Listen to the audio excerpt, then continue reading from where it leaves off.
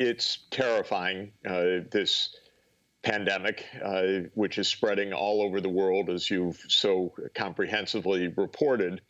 And it's doubly terrifying that we have a complete nitwit as president who understands nothing, listens to nothing, judges nothing except by the stock market, and is endangering the American people. So it's just hard to believe what a colossal mess our country is in.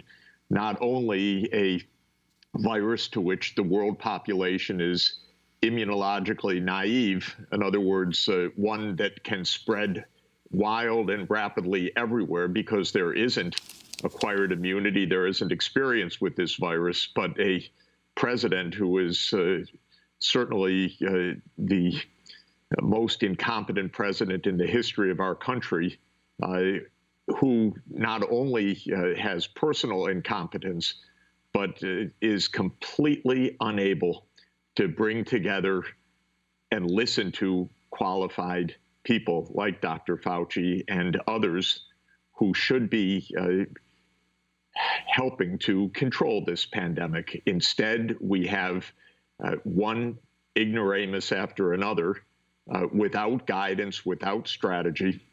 So every mayor and governor in this country is on the front lines without federal support.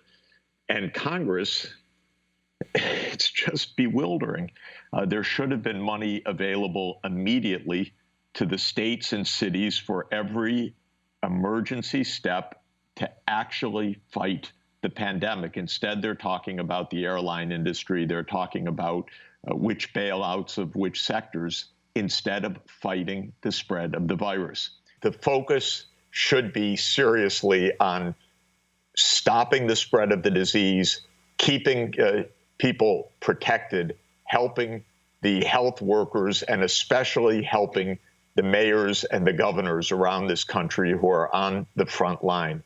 There should have been immediately an emergency $100 billion, $200 billion for the governors and the mayors to quickly be able to get the financial flows so that they can hire emergency social support. They can take whatever measures are available given the supply constraints for the hospitals, for requisitioning a safe space, for enabling there to be a viable and civilized shutdown so that people who are in isolation can survive this period. That's the first order of priority. It should have been one day to recognize this. It should be supervised.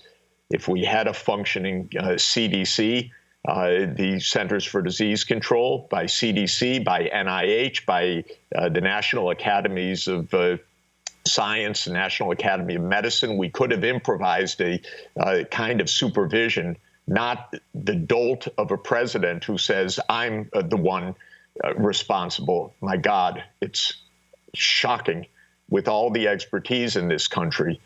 But Congress went off on some kind of mind-boggling economic excursion of $2 trillion rather than focusing on the epidemic. They just don't understand what's actually happening. They should be listening to the mayors and the governors because those are the political leaders truly dealing on the front lines. And they should be helping those on the front lines to keep the health workers alive, to get the social support, and to help people to stay home, to shelter in place, and to break the transmission and to stay safe personally. Those are the points of the shelter in place. Stay safe individually and end this transmission, because this transmission, if everybody that is now has symptoms and is infected, could be kept sheltered in place in some kind of isolation, given, of course, hospitalization as needed, the epidemic then goes away. Most people recover. Normally, some are hospitalized. Tragically, some will die. But the epidemic does not spread then. This should be the order of business for the U.S. And if it is a bit abstract, all one has to look to the countries that are actually succeeding in doing this to get some lessons, because there are several, as I've mentioned.